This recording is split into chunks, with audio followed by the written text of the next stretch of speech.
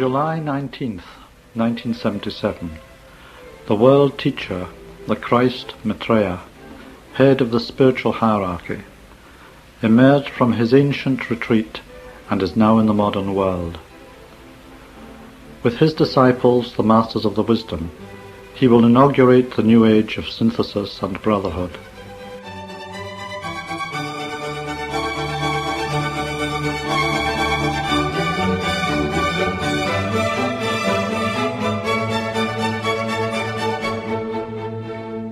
Good morning and welcome to our World Teacher programme on Wellington's Access Radio 106.1 FM, presented by Teresa and David on behalf of Share International New Zealand. The theme of today's programme is thought, taken from the title of the following two-part article by Aart Jurriaanse, first published in the December 1991 and January 92 editions of Share International magazine. He starts by saying, Man is today moving into a new era, an era wherein the mind is going to play a dominating role, an era wherein human desire and emotion will be subverted to intellectual considerations, and where improved human relations based on loving understanding will supervene. It will be an era wherein the power of thought will become the guiding principle of man's activities, in contrast to the past, when man's actions were largely determined by physical and emotional considerations. Under the circumstances, a better understanding of the laws of thought must be regarded as essential. In the distant future, the time will come when even concrete thought will be superseded by the intuition, and when the lower mind will merely fulfil the functions of a transmitter. But that time is not yet. The attention should therefore first of all be focused on the period of transition which is now being entered, the mental age, commanded by the realms of thought. It should be pointed out that there are many grades of thought, when origin and consequent quality are taken into consideration. The mentally developed man will produce thoughts of totally different calibre from those of the man whose life is still largely focused on the physical and emotional planes, and who hardly ever touches the mental level. But there is also the other extreme of the advanced spiritual man leading a dual existence, manifesting in his material body in the physical world of men, but simultaneously spending a considerable part of his thought life in contact with the intuitional plane of the soul. Thoughts of an elevated nature which do not in the first instance concern the self, but cover a wider interest, affecting the group, the community, or the race as a whole, have their source from higher spiritual levels. The disciple is inspired with these subjective ideas to enable him to bring them down to mental levels and, depending on their nature, subsequently to materialize them on the physical plane. These ideas, with their wide diversity, are intended to serve humanity's extensive needs during its never-ending process of evolution. Most of the thought forms encountered on astral levels are, however, of quite a different quality. These are the thought forms produced by the little evolved, who constitute the bulk of humanity. Many of these forms, which as yet hardly deserve the name of thoughts, originate from the solar plexus region as a result of emotional impulses, principally motivated by various forms of desire. They are mostly of a selfish nature, highly emotional, and with only a minimum of mental inspiration. These thought forms are as a rule rather vague, incomplete, of low vitality, and are produced in such myriads that they hang like a heavy, slow vibrating fog or dense cloud, closely surrounding and partly smothering the greater part of the minds of the human family.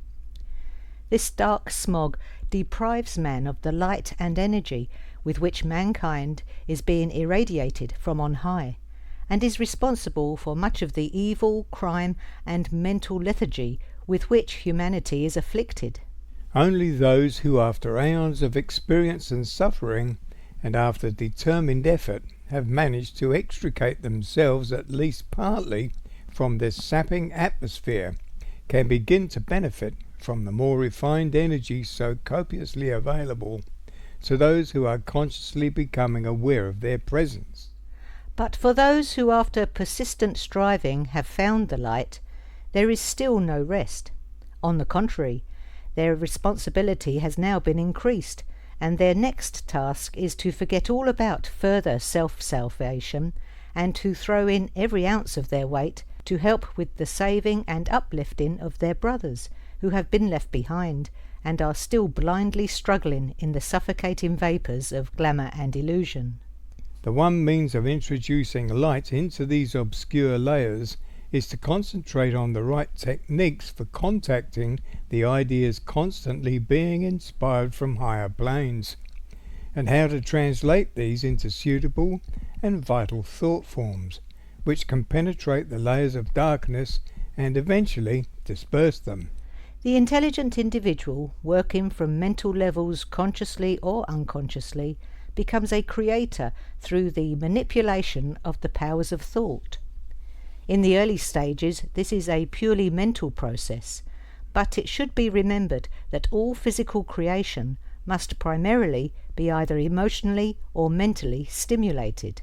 Thoughts are the product of the mind.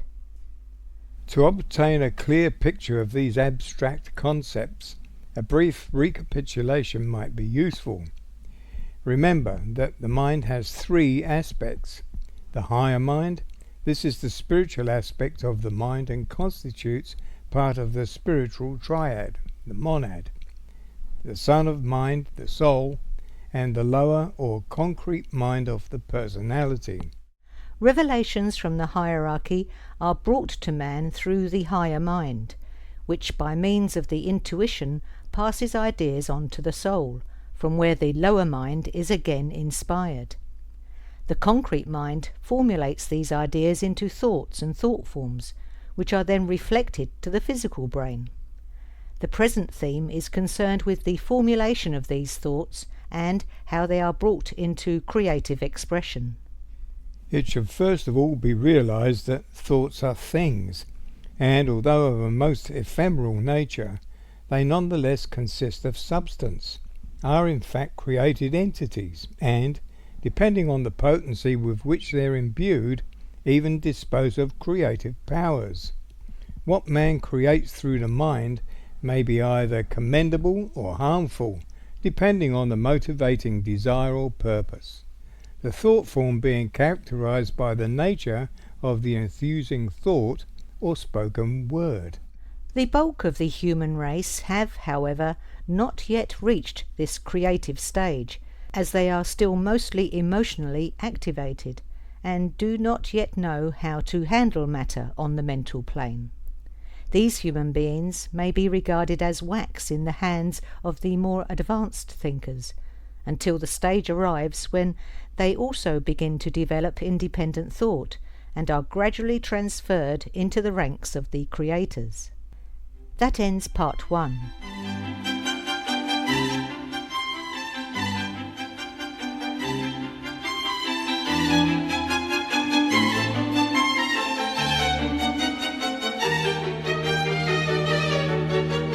And now in part 2, Aart Jurriaanse continues. It might be mentioned that the Tibetan has forecast that the new age now being entered will be characterized by tremendous mental unfoldment in the human race, and it is fascinating to observe how this prophecy is actually in process of being verified. The relatively undeveloped, who in the past led a more or less passive existence, and whose destinies were mainly dominated by the activities of the more advanced, are now mentally waking up. They refuse to be governed any longer by the laws of others, and are coming into revolt. In the initial striving to realize their sometimes rather crude concepts of freedom, and in exercising their newfound power, they are inclined to begin by smashing everything within reach. This often includes not only breaking the bonds which confined them, but in their lust to exercise their power, they may also strike out wildly and injudiciously, hurting their own environment and the group to which they belong. Although sometimes most painful and expensive, such unbridled expression must fortunately only be regarded as a difficult phase of transition, which will be outgrown with experience. The exuberant activities of these communities or nations will, after a while, calm down again, and balance will be somewhat restored. As these people mentally develop, grow in sensitivity, and become aware of higher vibrations, a growing consciousness will also develop of their destiny and the function they have to fulfill in the divine plan. They will then begin to awaken to the beauty of the plan, and under the influence of the energy of the will to good, the urge will develop to submerge their own selfish concerns by promoting the interests of the greater human race. Their creative power will thus be sacrificed and merged with that of the greater encompassing energy, and the smaller plans and ideas will be included in the greater plan. The above evolutionary unfoldment is similar whether applied to individuals, groups or nations, and examples of those actively functioning on each of these levels and at the various stages of their development may be observed all over the world. Man himself is today, directly or indirectly, responsible for the distressing nature of human affairs. With some rare exceptions, the majority of the race are distinguished by their selfish and sordid motives, and prompt response to evil impulses.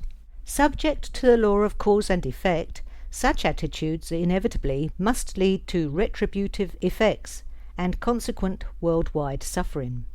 Not only does man experience the harmful results of past undesirable physical activities, but probably even worse is the fact that the etheric world has been poisoned by evil thoughts, energized by desire, greed, and other injurious expressions of the promptings of the lower nature which have been accumulating over the ages. This giant thought form of man's own making hovers over and continually threatens the human race. And it is going to be man's responsibility in the coming age to break down and dissipate this menacing cloud of evil. This can and finally will be effected by the coordinated efforts of all men of goodwill, under the active guidance and support of the Great Ones. But it certainly will need time and unrelenting effort. Meanwhile, every endeavour should be made to oppose all activities which might serve to increase the already fearsome dimensions of this threatening thought form, and to this every disciple who finds his way onto the lighted path can contribute his small share. Although only a few are yet consciously aware of it, one of the main functions of the Masters of the Wisdom is to guide and train man to become aware of his destiny as a creator within the divine plan. In this respect, it will be his responsibility to learn to work with and direct energy from the mental plane for creative purposes in accordance with the ideas and plans which will from time to time be revealed to him. The needed inspiration will be acquired by sustained study, meditation and service. Constructive thinkers will already have encountered the existing wall of antagonism which opposes the stream of energy they are directing for the construction of vital thought forms intended to relieve suffering humanity. With the help of the hierarchy, all such opposition will be overcome. A. By imposing new, purer and more potent rhythms of thought, and by raising those to a higher level. B. By contributing towards the dissipation of the murky clouds of vague and only partly vitalized thought forms which clutter up the atmosphere surrounding mankind, and which obstruct the constructive and vital thought forms from higher mental levels. And C.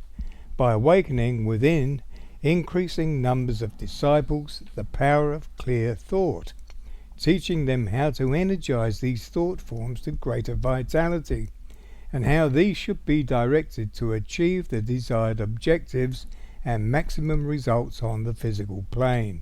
To materialize these aims will require a clear comprehension by workers in the science of thought construction of the power of thought, the directing thought currents, the manipulation of mental matter, and the process of thought manifestation and vitalization. Above all, it should be realized that no disciple will become of real assistance to the masters on behalf of humanity until he has consciously directed his thought energy to some particular channel of service, with full understanding of the implications and sacrifices that will be involved. For the building and materialization of superior thought forms, some essential considerations must be fulfilled. 1. For achieving clear, esoteric vision, to become aware of group needs, and to serve world interests. The disciple must purify himself of lower desires and selfish obsessions. 2. The mind must be brought under control through concentration and esoteric meditation, to enable him to obtain the necessary inspiration from higher levels, and thus to become aware of some of the basic principles of the divine plan, and to determine what his contribution should be towards realizing the plan. 3. The disciple will have to acquire the correct technique for directing the newly constructed thought form on its mission, and to supply and vitalize it with sufficient and suitable energy until the objective is attained and fulfilled. Could man but be convinced of the fantastic powers at his command when thoughts are correctly motivated and controlled. God has provided his children with the divine spark of mind, but how few there are who realize that the divine prerogative of creative power has been coupled with this sublime grant.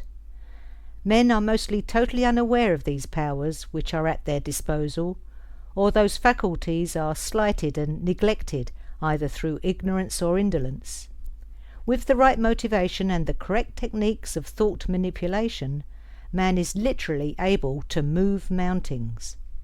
The creating entity generates energy in direct proportion to the intensity of his thinking, and its quality will be determined by the theme of the thought. Directly or indirectly, all conscious thought is of divine origin, although in its process of descent it may become badly distorted and degenerated. All of creation, the whole universe with all its manifested forms of life and appearance, is the product of divine thought. The Supreme Creator has partly delegated these powers of conscious creation by thought to entities of an ever-descending range of power and quality, till, in our solar system, the lowest point in this sequence has been reached by entrusting the human being with these creative forces which can be consciously wielded. The truism that energy follows thought is but another way of expressing the statement by the Christ that as a man thinketh in his heart, so is he. Both these sayings indicate that these facts have been known from time immemorial. What a pity that man does not take sufficient notice of this law of nature by keeping a constant watch on his thought life. To produce salutary effects, this potent and creative mind organism should, as far as possible, be kept under close control, with the purpose of guiding it only into positive and constructive channels. Instead of this, the mind is usually allowed to wander arbitrarily and to jump about ineffectively from one thought to another, not focusing clearly and long enough on one subject to be able to give it form and to put it on its way to realization. In a way, this is probably just as well, because so many of man's casual thoughts are not only of a negative nature, but are degrading, vindictive, and most undesirable in some or other respect, and would definitely have been harmful to the individual himself or to others, if they had been given sufficient form and potency, and if purposefully directed. The statement that thought is a product of the mind is, however, not quite correct. Thoughts are elaborations or recastings of ideas which originate from spiritual levels, and the mind is but the instrument by which these ideas are transmuted into thoughts. The mind is furthermore the agent for the direction of the thought, and guides the energies needed for this purpose. And that concludes Aart Jurriaanse's two-part article on thought.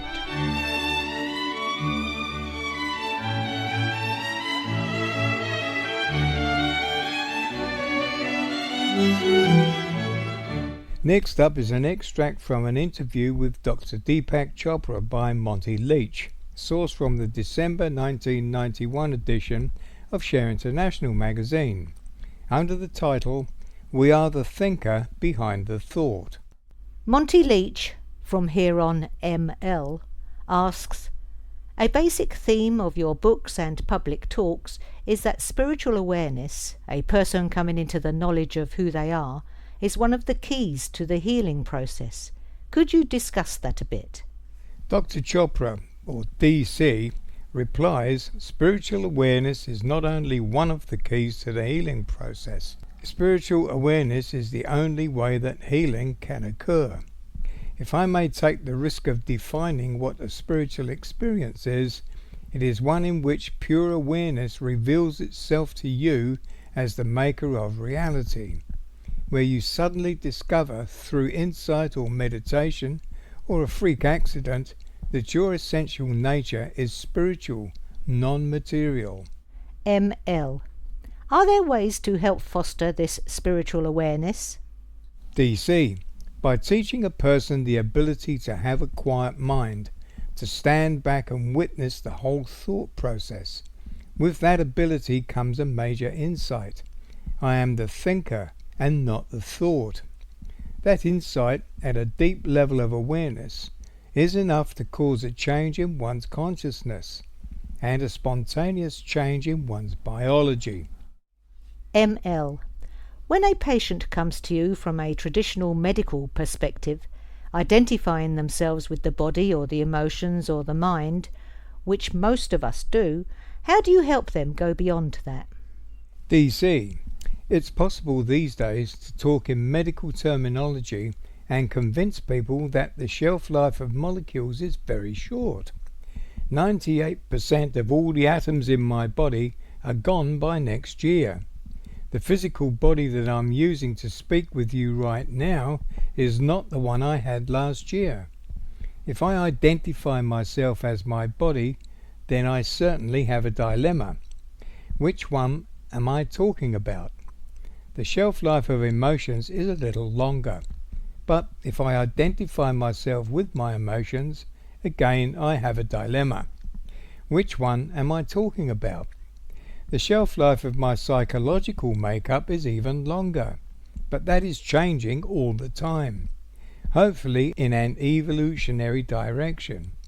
But I am none of those things, because it is obvious that I am outliving those things. He continues, "That I am not my experiences is very obvious. I am the one who is having those experiences. Spirituality has nothing to do with experience. It is to discover the timeless factor in every experience, which is the experiencer. My attention is usually on a particular experience, but how about the one who is having those experiences, the silent witness who is going through all of this?" There is a poem from T.S. Eliot. "We shall not cease from exploration. The end of our exploring will be to arrive where we started from, and know the place for the first time." ML. You talk as someone who has experienced this. DC. I hope so. We go through these dilemmas where we wonder, am I just intellectually enamoured of the whole concept? Because if I am, then obviously I am deluding myself. Or am I experientially grounded in it? I think all of us to some extent have had the experience of that silent witness. When we were children, there was a silent part of us watching the child. When we were adolescents, there was also that same witness watching the adolescent. Middle age, and so on. Everyone now and again has discovered the self, the one who is watching. There are periods in life when it is very intense. There are periods in life where it is not, when you get caught up in the whole field of relativity and lose your moorings with the absolute. ML, was there one particular experience that helped you realize this awareness of the self? Or is it there sometimes and sometimes not? DC. It is always there, but sometimes it is not so dominant in the awareness.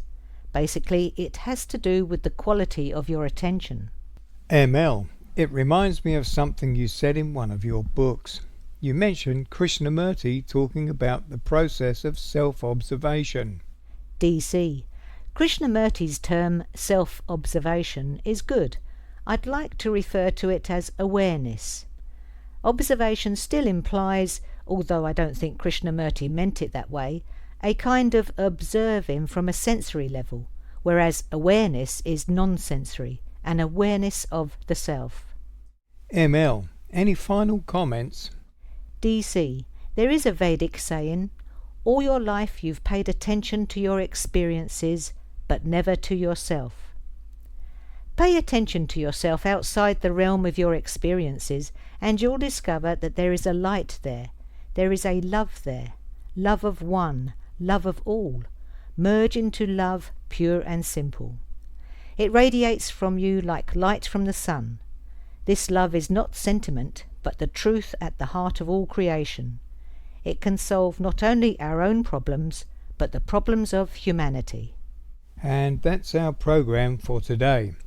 If you have any questions, please call us on 06 3646 101 or visit the website share-international.org. To inquire about Share International magazine subscriptions, the number is 04234 1133 or write to P.O. Box 9576 Wellington. Thank you for listening to us on Wellington's Access Radio 106.1 FM.